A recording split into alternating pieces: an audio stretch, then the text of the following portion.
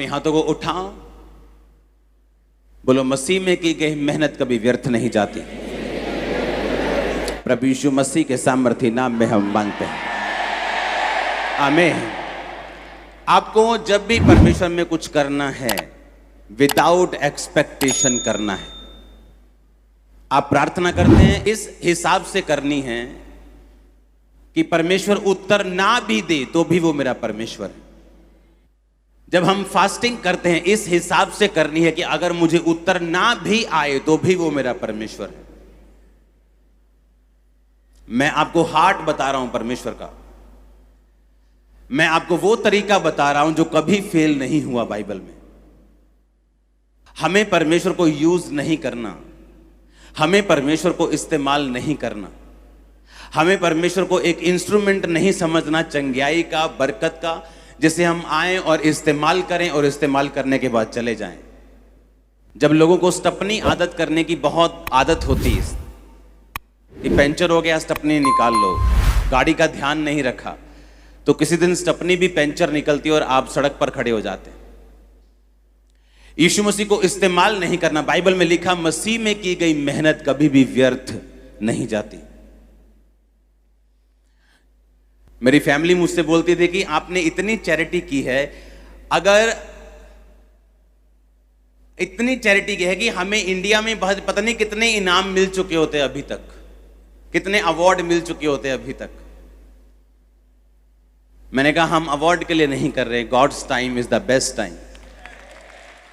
और जब अमेरिका की गवर्नमेंट ने मुझे बताया कि हम आपको उस चैरिटी के लिए, उस काम के लिए जो परमेश्वर का आप कर रहे हो, हम आपको ऑनर करना चाहते हैं, स्टेट की ओर से, सेंट्रल गवर्नमेंट की ओर से, शहरों की ओर से, तो जिस दिन मुझे वो अवार्ड मिल रहे थे तब इंडिया में 16 अगस्त था, मेरा जन्मदिन स्पिरिचुअल, और वहां पे 15 अगस्त था।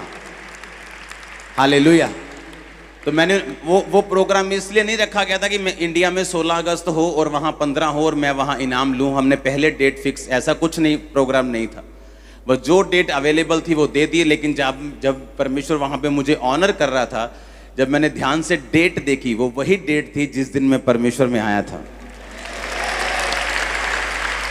और परमेश्वर मुझे बता रहा था कि मसीह में की गई मेहनत कभी व्यर्थ नहीं जाती। लेकिन हमने इनाम के लिए कभी कुछ नहीं किया, ना ही कभी करेंगे। Hallelujah. God's time is the best time. आपको मेहनत करते रहना है, आपको प्रेयर करते रहना है। आपके सामने रिजल्ट आपको लगता है आ रहा है कि नहीं आ रहा, और शैतान इस बात का फायदा उठाता है जब आप अपनी सेंस का और अपने दिमाग का और अपनी सोच का प्रयोग करते हैं कि मैंने 10 साल प्रेयर की, मैंने 5 साल प्रेयर की है, क्या जवाब आया, मेरी बॉडी में फर्क है कि नहीं, मेरे फाइनेंस में फर्क पड़ा है कि नहीं पड़ा, जो मैं प्रार्थना कर रहा हूं क्या परमेश्वर सुन रहा है कि नहीं सुन रहा। कई बार हमें रिजल्ट की परवाह नहीं करनी, हमें वचन पे खड़े रहना है कि परमेश्वर कहता है मुझ में की गई मेहनत कभी भी व्यर्थ नहीं जाती। ये 100% पक्का है आपके साथ होगा। मैंने ऐसे लोग देखे हैं टाइट देने वाले, आज नहीं 10 साल में रिजल्ट आता है, 12 में, 15 में रिजल्ट आया। ऐसे लोग हैं जो प्रार्थना कर रहे 5 साल बाद रिजल्ट आया। लेकिन जब परमेश्वर आपको रिजल्ट देता है, जब परमेश्वर आपके रास्तों को खोलता है, आपको मालूम होता है कि ये रास्ते सिर्फ परमेश्वर खोल सकता है और ये काम सिर्फ परमेश्वर के हाथों का है। आमीन। अपने पड़ोसी को बोलो उसमें की गई मेहनत कभी भी व्यर्थ नहीं जाती। फिर से बोलो अपने पड़ोसी को, उसमें की गई मेहनत कभी व्यर्थ नहीं जाती। हालेलुया। आज यहां आने से पहले जब मैं रास्ते में आ रहा था, तो कल रात से मेरा प्रार्थना में बहुत, मैं डीप और बहुत, जैसे मेरा दिमाग सिर्फ प्रेयर में था और डीप प्रेयर में था, और मुझे कुछ भी ऐसे ध्यान नहीं था कि कल मीटिंग है या कैसा है। लेकिन आज जब मैं मीटिंग के रास्ते में आ रहा था तो परमेश्वर की आत्मा ने कहा कि जाकर चर्च में बोलना, तुम्हारे लिए कुछ भी इम्पॉसिबल नहीं होगा। और मसा यहां पे मौजूद है इम्पॉसिबल को पॉसिबल करने का, जो कभी नहीं हुआ, जो आपके परिवार ने कभी नहीं देखा, जो आपने कभी इमेजिन नहीं किया, आप उसे रिसीव करेंगे यीशु मसीह के नाम में। Hallelujah, hallelujah.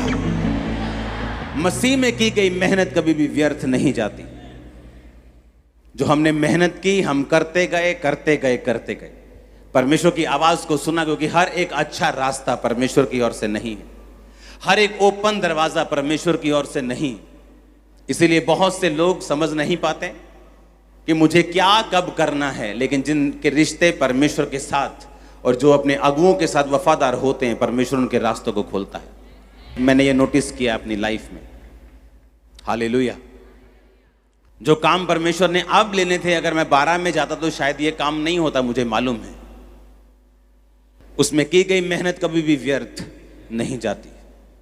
आप मेहनत करते रहते हैं, आप प्रार्थना में बने रहते हैं, आप पवित्रताई में बने रहते हैं, आप परमेश्वर के वचनों से हटते नहीं, आप अपने सेंस का इस्तेमाल नहीं करते, आप परमेश्वर में खड़े रहते हैं। इमेजिन करो, सेंस का इस्तेमाल करता करता नामान कोड़ी जब उसको बोला कि जाओ और 7 डुबकियां मार यर्दन में, अगर वो कहता मेरी नदियां ज्यादा उत्तम हैं, ज्यादा साफ हैं, मुझे यर्दन गंदी नदी में डुबकी मारने की जरूरत नहीं। और नामान को ये मुश्किल लग रहा था कि यर्दन नदी में मैं एक सेनापति हूं, मेरा एक ओहदा है, मैं एक जबरदस्त आदमी हूं, लेकिन मुझे गंदी नदी में 7 डुबकियां मारने के लिए बोल दिया गया। जब भी परमेश्वर आपकी ग्रोथ करता है, आप अनकंफर्टेबल चीजों से होकर गुजरते हैं। जब भी वो आपको अगले लेवल पे लेके जाता है, आपकी लाइफ में कुछ अनकंफर्टेबल आपको महसूस होता है। जब एक पौधा उस बीज से निकलता है, उसको अनकंफर्टेबल लगता है। ग्रोथ हमेशा अनकंफर्टेबल फील करवाती है आपको। लेकिन अगर आपको ग्रोथ नहीं करनी, आपको ब्लेसिंग नहीं लेनी, आपको एक ही जगह पे रहना है, फिर आप कंफर्टेबल होकर जहां भी है वहां रह सकते हैं। लेकिन अगर आपको कुछ करना है जो पहले कभी नहीं हुआ, आपको अपने कंफर्ट जोन से बाहर आना पड़ता है। और बाइबल कहती है, नामान जब जा रहा था गुस्से में, तो उसके जो असिस्टेंट था उसने बोला कि अगर वो आपको बड़ी मुश्किल बात कह देता तो तब भी आप करते ना, तो अब क्यों नहीं आप कर सकते? 7 डुबकियां ही मारनी है, मार के काम निबेड़ो। और बाइबल कहती है जैसे ही 7वीं डुबकी बजी, उसका शरीर बच्चों के समान साफ हो गया। परमेश्वर के लिए कंफर्ट से बाहर आओ। हालेलुया। एक बार विरोध हो गया तो हम डर जाते, नहीं अब हम सुसमाचार सुनाने इस गांव में नहीं जाएंगे, क्योंकि विरोध हो गया। आपको कंफर्ट चाहिए। कंफर्ट में ब्लेसिंग नहीं है। जब हम डरते नहीं, हम बुझते नहीं, चाहे अनकंफर्ट आ जाए लाइफ में, थोड़ी सी प्रॉब्लम आ जाए, थोड़ी सी असहजता, थोड़ी सी मुश्किल आ जाए, लेकिन फिर भी हम रुकते नहीं और अपने काम को करते रहते हैं, ब्लेसिंग के हकदार होते हैं फिर आप।